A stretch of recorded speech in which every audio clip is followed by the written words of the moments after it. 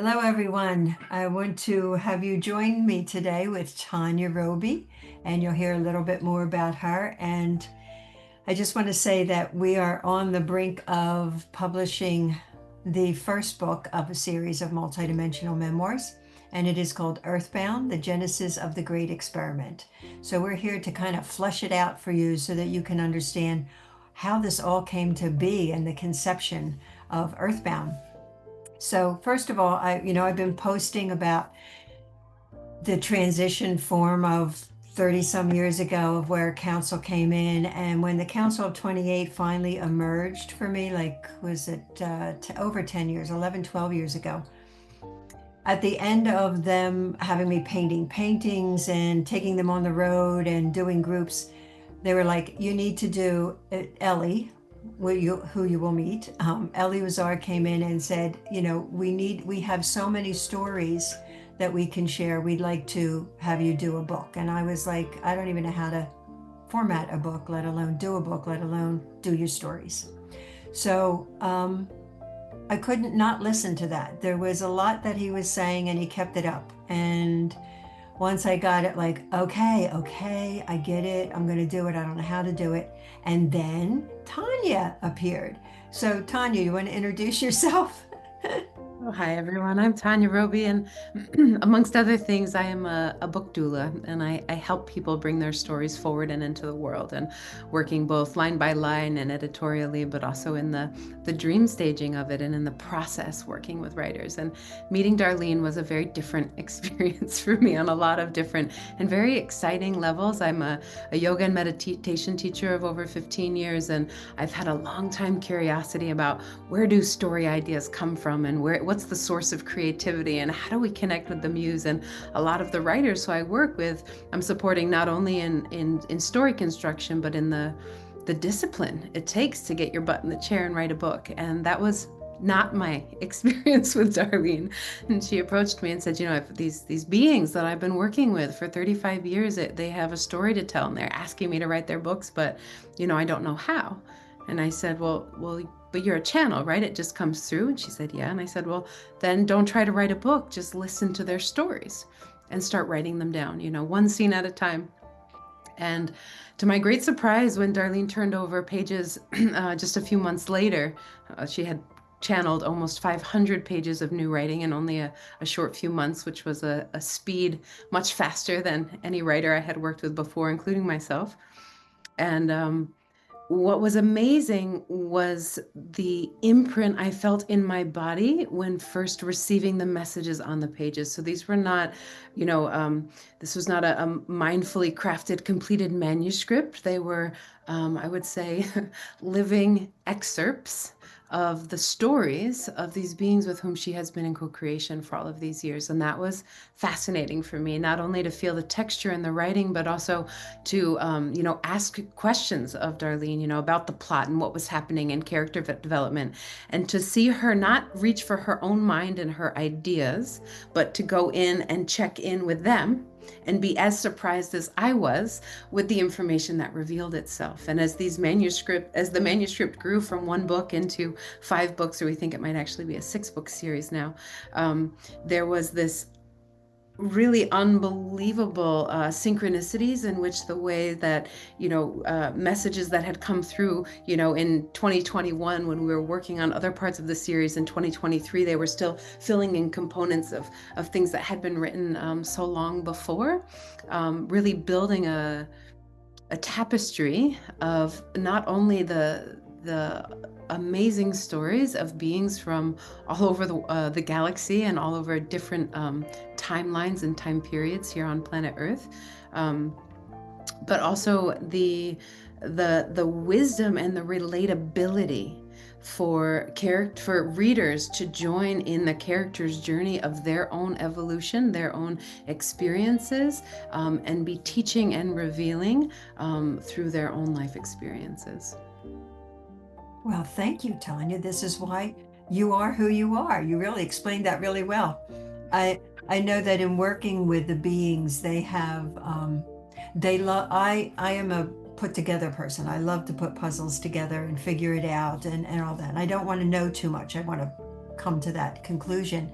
And in the last few years that we've been running a group, that I've been running a group called Cosmic Travelers, people that have seen the paintings that I do, they relate to them, like, oh, I know Ellie, like, wow, he seems really familiar. Or how about Sari? Or how about, the blue crystal? They really take on a different form for people, and then people start working with them. I mean, it doesn't feel like it's confined to me. It feels like they're putting this out there so that they are relatable, so that people can say, oh, I recognize that, or I like their energy, or I feel them in their meditation. They started to show up. I think that was the first couple groups that I did. It was like, I just did a meditation yesterday and the blue crystal showed up, and it said, and she said, bah, bah, bah, bah. So it's that place of empowerment, really. I think in reading the books, it's not only the relatability and how you relate to the messages and the teachings that come through, but it's also a connection to multidimensional places, whether that is yours or another council or this council of 28. I want to speak for a moment into just this word, multidimensional memoirs. When I Google it and look it up, at this point, that phrase refers to more like moving between multiple genres, or or crossing over different time periods, which is quite different than what we are talking about with these multidimensional memoirs. And actually, I think that one of the great joys for me in getting to know Darlene through working in co-creation on the books was we were actually several hundred pages into the books before I really got it, that several of the main characters throughout the series are reincarnations of Darlene, past lives and future lives. And there was kind of this profound moment of realizing, oh my goodness, like a lot of the work that I've been blessed to experience with Darlene and that she brings forward into the world is, I call her the timeline architect, being able to work multidimensionally, working with issues that are alive in in my now life as Tanya, but referencing other lifetimes where that similar conflict or that similar lesson was coming up to be played, and how by honoring and acknowledging that we are these vast souls having many different life experiences, that through that consciousness, through that knowingness, we can support ourselves and our other lifetimes for a mutual healing. And that was so abstract to me at the time when I was first introduced to some of the ideas that the multidimensional memoirs bring forward. But getting to immerse in story, solving problems as the editor on the page of how does this fit together, was like, oh, wow. So actually, Ellie and Darlene are able to share in their healing experiences through their own willingness and understanding and love for each other, and recognizing that by immersing in the books and reading those experiences, that there was in fact a transmission going on, that these are literally the translated stories from many different dimensions. And in Darlene's work as a healer, it is through that co-creative process that we have the choice and the capacity to make big changes in our energy bodies. And so to witness that a part of their request, I now believe, almost 4 years later into the process of still working through the series, is that not only were they wanting to share their stories with the world, but wanting to share their medicine. That in the way that we are all having this human experiment, on this wild and beautiful planet Earth, that they offer not just the vicarious healing that I receive when I read any good book, right? The way that we can see ourselves and other characters, but that they have actually, I would argue, infused the pages with the spiritual teachings and gifts available to us all the time. So I really think that the creative process is a powerful opportunity where we humans get to use the vessel of the body to bring in that is more than us, and that happens across all kinds of different books. But to be working directly with an author who has also spent her life committed to healing and evolution, and leveraging the tool of story as a medium to merge the different gifts that she and the Council of 28, who are now the Evolves, have to offer the world is just has been a remarkable blessing in my life.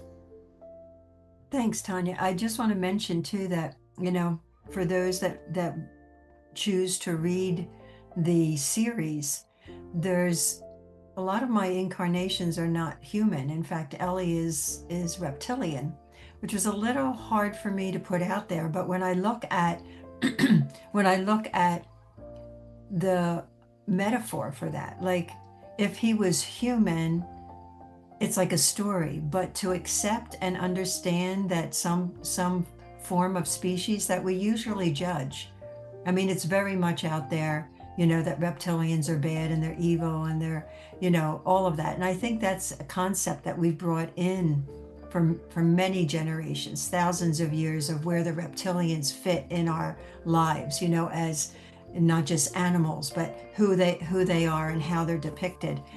And to bring him in where he is wanting, he's very sensitive. Like he wants to be accepted for being a sensitive, kind, caring reptile that doesn't fit in the normal realm of his community. He's told to shut up and be quiet and don't express, and just get out of the way of everything, but just don't be real, is really what I think that was about. And I relate that to so many people that might have had that in their childhood. So there's many layers to these books that when I even look at it, I go, oh, well, that's a whole other perception of how you can read these, whether that is, it's a good story, right? Or it's a teaching for us, or we relate to the character or the being that is coming forward. That's what I have to say about that. Do you have anything to feed into that, Tanya? I think that's a perfect place to pause for today. Okay. And we will keep up with this in the next section. Look forward to it.